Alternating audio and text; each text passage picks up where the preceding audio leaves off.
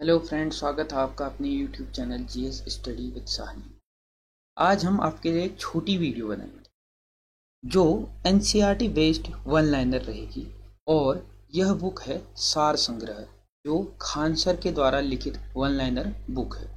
यह आगामी जो परीक्षाएं हैं उनके लिए काफ़ी महत्वपूर्ण रहेगी, जैसे आरओ, एआरओ, अन्य समूह गौ के संबंधित पेपरों हेतु काफ़ी महत्वपूर्ण रहेगी।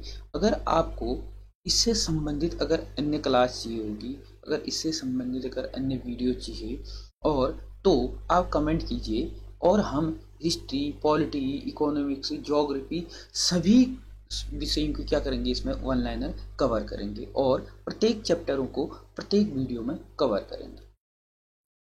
शुरू करते हैं। भारत का कुल क्षेत्रफल 32,87,263 वर्ग किलोमीटर है, जो विश्व के कुल भौगोलिक क्षेत्रफल का 2.4% है। इस दृष्टि से यह विश्व में कौन सा स्थान रखता है? ठीक हो गया। तो जो भारत है क्षेत्रफल की दृष्टि से विश्व में यह 7वां स्थान रखता है। और इससे पहले के जो 6 देश हैं उनको भी देख लेते हैं। सबसे पहले आता है रूस, उसके बाद आता है कनाडा, तीसरे नंबर पे आता है चाइना, चौथे नंबर पर आता है संयुक्त राष्ट्र अमेरिका, पांचवें नंबर पे आता है ब्राजील और छठे नंबर पे आता है ऑस्ट्रेलिया। हो गया। और जो भारत का स्थान है वह है 7वां। भारत में 8 डिग्री 4 मिनट से 37 डिग्री 6 मिनट उत्तरी अक्षांशों तथा 68 डिग्री 7 मिनट से 97 डिग्री 25 मिनट पूर्वी देशांतर के मध्य स्थित है। यह पूरी तरह से किस गोलार्ध में स्थित है? तो जो भारत है वह उत्तरी गोलार्ध में है। ठीक हो गया, उत्तर पूर्व गोलार्ध में है। हो गया। जैसे गोलार्ध कहते हैं हम पृथ्वी को दो भागों में, दो भागों में बांटा गया है। किससे? इसके बीचों बीच जो रेखा है काल्पनिक विषुवत रेखा, यानी कि भूमध्य रेखा जिसे कहते हैं। तो भूमध्य रेखा के उत्तर पूर्व में भारत की स्थिति है। ठीक हो गया। उसके बाद है भारत का दोनों अक्षांशीय और देशांतरी विस्तार कितने डिग्री का है? ठीक हो गया। तो इसका अक्षांशीय और देशांतरी। ठीक हो गया। जो तिरछी लाइन होती है वह होती है अक्षांश रेखा और जो खड़ी लाइन होती है वह होती है देशांतर रेखा। ठीक हो गया।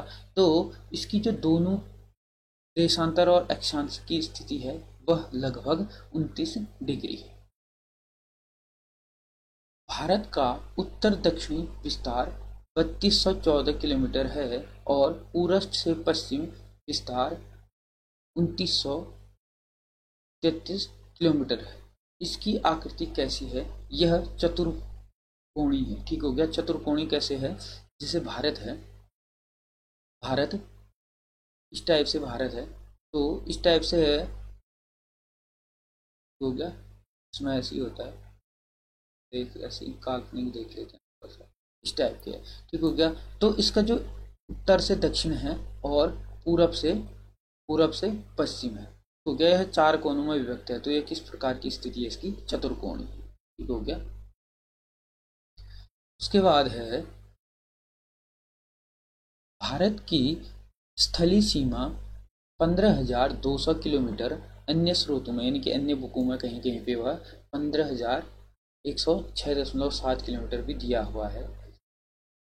और तट रेखा लगभग 6100 किलोमीटर लंबी है। मुख्य भूमि अंडमान निकोबार द्वीप समूह और लक्षद्वीप को मिलाकर तट रेखा की लंबाई कितनी है? जो तट रेखा है, ठीक हो गया, क्योंकि जो भारत है वह तीनों ओर से किससे घिरा हुआ है? समुद्र से घिरा हुआ है। और इस साइड है क्या? अंडमान निकोबार, और इस साइड है लक्षद्वीप। ठीक हो गया। तो इसकी जो तट रेखा है, इस तट रेखा की जो लंबाई है वह है 7,516.6 किलोमीटर।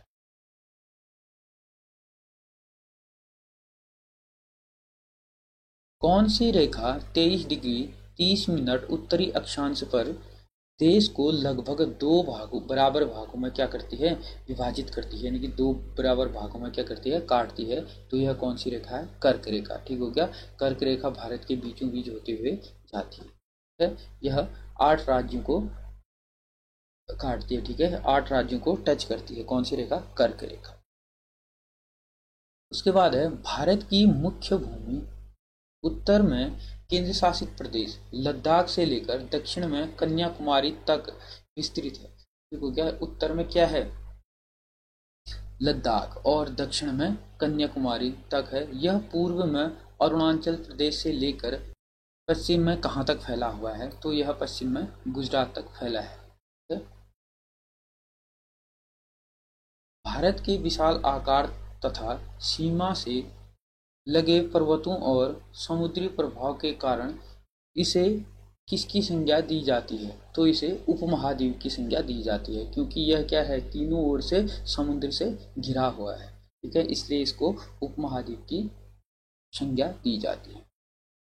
भारत का वर्तमान स्वरूप करोड़ों वर्ष पूर्व, ठीक हो गया, यानी कि करोड़ों वर्ष पहले किस सागर के दोनों ओर के स्थलों दक्षिण में गोंडवाना लैंड और उत्तर में अंगारा लैंड के परस्पर मिलने के फलस्वरूप निर्मित हुआ है।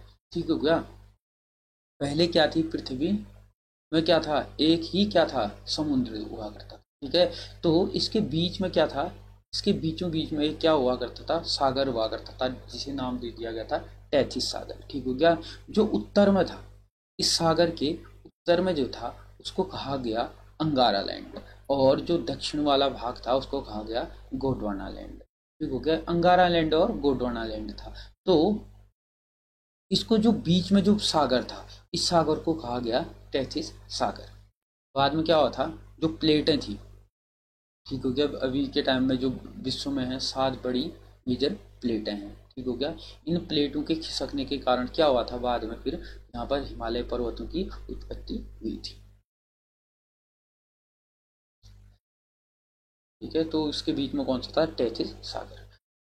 तैतीस सागर के स्थान पर वर्तमान में कौन सा पर्वत विद्यमान है, तो इस सागर की स्थिति में अभी के टाइम में जहाँ पर तैतीस सागर हुआ करता था वहाँ पर अभी के टाइम में हिमालय पर्वत विद्यमान है। भारत के उत्तर पश्चिम, उत्तर तथा उत्तर पूर्व सीमा पर किस प्रकार के पर्वतों का विस्तार पाया जाता है, तो यह नवीनतम मोड़दार पर्वतों का विस्तार पाया जाता है। जो हिमालय पर्वत है वह क्या है, सबसे नवीन पर्वत श्रृंखला है। तो यहाँ पर किस टाइप के मोड़दार पर्वत हमें देखने को मिलते हैं। भारत के दक्षिण में प्रायद्वीपीय क्षेत्र का विस्तार है। भारत का प्रायद्वीपीय भूभाग उत्तर में अधिक चौड़ा है। यह किस अक्षांश से दक्षिण की ओर संकरा हो जाता है। ठीक हो गया, जैसे भारत का ऐसा है नीचे वाला हिस्सा। ठीक हो गया, इसे कहते हैं प्रायद्वीपीय भारत, क्योंकि यह तीनों ओर से किससे, समुद्र से घिरा हुआ है। तो उत्तर की ओर जैसे हम जाते हैं यह कैसा होता जाता है, यह फैलता जाता है। लेकिन जब दक्षिणी बिंदु की ओर आता है यहाँ पर क्या हो जाता है, यह संकरा हो जाता है। तो यह 22 डिग्री उत्तरी अक्षांश पर क्या होता है, संकरा हो जाता है। क्या भारत के पश्चिम में किरथर एवं सुलेमान पर्वत, उत्तर में हिंदुकुश एवं हिमालय तथा पूर्व में नंगा, पटकाई-बूम, लूसाई एवं आराकानयुमा पर्वत है। इसके दक्षिण में कौन सी 3 जल राशियां हैं, तो इसको जो दक्षिणी भाग में है यह इस टाइप का, भारत इस टाइप का है दक्षिण में। तो इसका जो ये वाला इलाका है ये है बंगाल की खाड़ी। ठीक हो गया, ये बंगाल की खाड़ी है, और इसके पूर्व वाला इलाका है यहाँ पर अरब सागर है, और जो दक्षिणतम इलाका है यह दक्षिणतम इलाके में है महासागर। ठीक हो गया, तो यह 3 जल राशियों से घिरा हुआ है। भारत के दक्षिणतम छोर पर भारत की मुख्य भूमि ने अंतरीप का रूप धारण कर लिया है। इसे किस नाम से जाना जाता है, तो इसको कुमारी अंतरीप, यानी कि जो कन्याकुमारी वाला इलाका है। ठीक हो गया, यह क्या है, सुदूर स्थल भूमि का अंतिम छोर है। ठीक हो गया, यह दक्षिणतम पॉइंट है। नेक्स्ट है भारत की अंतर्राष्ट्रीय सीमा 7 देशों के साथ लगती है। इसके उत्तर पश्चिम में अफगानिस्तान, पाकिस्तान, उत्तर में चीन, नेपाल, भूटान तथा पूर्व में बांग्लादेश है। इसके सुदूर पूर्व में किस देश के साथ सीमा लगती है? तो इसके जो पूर्व वाला इलाका है वह म्यांमार के साथ लगता है। अफगानिस्तान की सीमा भारत के किस एकमात्र केंद्र शासित प्रदेश को स्पर्श करती है? तो यह करती है लद्दाख से। किस देश की सीमा ने भारत के सबसे अधिक राज्य 6 राज्य की सीमा स्पर्श करती है? तो यह करती है बांग्लादेश के साथ।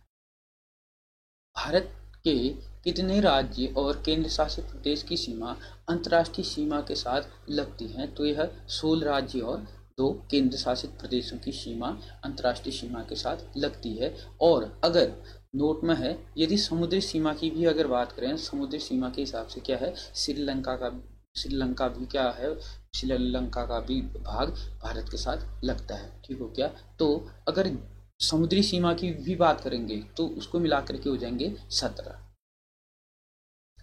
कौन से राज्य की सीमा सबसे ज्यादा देश 3 देशों के साथ क्या है, सीमा स्पर्श करती है, यानी कि सीमाएं लगती हैं? ठीक हो गया? तो अरुणाचल प्रदेश, सिक्किम और पश्चिम बंगाल की सीमा क्या होती है, सबसे अधिक देश 3 देशों के साथ क्या करते हैं, स्पर्श करती है। अब देखते हैं कौन कौन से। अरुणाचल प्रदेश की सीमा म्यांमार, भूटान और चीन के साथ लगती है। सिक्किम की सीमा भूटान, चीन और नेपाल के साथ लगती है। और पश्चिम बंगाल की सीमा बांग्लादेश, भूटान और नेपाल के साथ मिलती है। भारत को दक्षिण में किन जलराशियों से निर्मित एक संकरा समुद्री चैनल श्रीलंका से पृथक करता है? तो यह करता है पाक जलडमरू मध्य और मन्नार की खाड़ी। 2430 किलोमीटर लंबी डुरंड रेखा 1893 में सर मोर्टिमर डुरंड ने अफगानिस्तान और तत्कालीन ब्रिटिश भारत के बीच खींची थी। 1947 के बाद यह रेखा इन 2 देशों के बीच की अंतर्राष्ट्रीय सीमा है। तो यह अब अफगानिस्तान और पाकिस्तान के बीच की सीमा रेखा है। पहले किसकी थी? अफगानिस्तान और भारत की, 1947 से पहले। 4224 किलोमीटर लंबी कौन सी रेखा भारत और चीन के मध्य नदी तथा पर्वत शिखरों द्वारा निर्धारित एक प्राकृतिक सीमा है? तो यह है मैकमोहन रेखा। रेड क्लिफ रेखा भारत और पाकिस्तान के मध्य सीमा बनाती है। यह अधिकांशतः किस प्रकार की रेखा है? तो यह अधिकांशतः कृत्रिम रेखा है, क्योंकि अधिकांशतः यह रेखा क्या की गई है, मानव के द्वारा, यानी कि हमारी सेना के द्वारा यह खींची गई, यानी कि तार बाड़ के द्वारा लगाए गए हैं। रेड क्लिफ लाइन भारत और पाकिस्तान के बीच विभाजन रेखा है। इसका नाम बॉर्डर कश्मीर के तत्कालीन जो अध्यक्ष थे साइरिल रेड क्लिफ के नाम पर रखा गया है। रेड क्लिफ रेखा किस अन्य देश के साथ भारत की सीमा रेखा भी है? ठीक हो गया? यह पाकिस्तान के साथ साथ बांग्लादेश की भी क्या है, सीमा रेखा है। क्योंकि जब 1947 में यह खींची गई थी उस टाइम पे 2 पाकिस्तान थे, पूर्वी और पश्चिमी। तो अभी के टाइम में जो पूर्वी पाकिस्तान था 1971 के बाद यह बांग्लादेश के रूप में सामने आया था। भारत को मुख्य रूप से 6 अंचलों यानी कि 6 जोन में वर्गीकृत किया गया है। इसमें से 5 अंचल है, उत्तर, दक्षिण, पूर्व और पश्चिम। ठीक हो गया? और उसके अलावा एक पूर्वोत्तर राज्य, जहां पूर्वोत्तर राज्य के 7 सिस्टर कहते हैं। ठीक हो गया?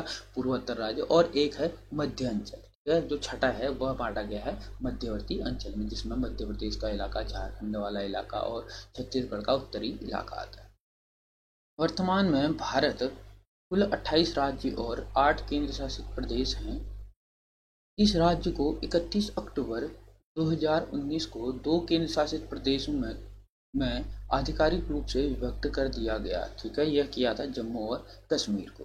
ठीक हो गया? यह किया था 31 अक्टूबर 2019 को आधिकारिक रूप से क्या किया गया था, 2 केंद्र शासित प्रदेशों में विभक्त किया था। लेकिन जो जम्मू कश्मीर पुनर्गठन बिल आया था, यह जो पास हुआ था राज्यसभा में 5 अगस्त 2019 को राज्यसभा में पास हुआ था और 6 अगस्त 2019 को लोकसभा में पास हुआ था। ठीक हो गया। और इसके तहत जम्मू कश्मीर में विधानसभा होगी और लद्दाख में बिना विधानसभा के और बिना विधान परिषद के केंद्र शासित प्रदेश होगा, यह व्यवस्था की गई। और जम्मू कश्मीर में 20 जिले और लद्दाख में 2 जिले होंगे।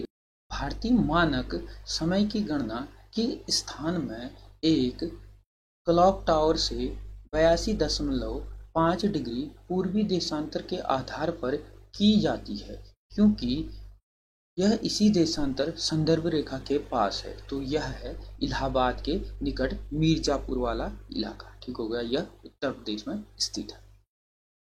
तो आज हमारी एक छोटी सी वीडियो थी। अगर आप लोगों को अच्छी लगी, अगर इससे संबंधित अन्य अगर आप लोग क्लास चाहते हैं तो आप कमेंट कीजिएगा। उस हिसाब से हम इसके टोटल 25 चैप्टर हैं, तो फिर हम उसके बाद प्रत्येक चैप्टर को प्रत्येक वीडियो में कवर करेंगे। और इसी के साथ साथ हम हिस्ट्री, पॉलिटी और इकोनॉमिक्स की भी हम क्लास लेके आएंगे, ठीक हो गया। और ये जो भी क्लास रहेगी यह वन लाइनर रहेगी, सार संग्रह जो खान सर के द्वारा लिखित बुक है, जो NCERT बेस्ड होगी।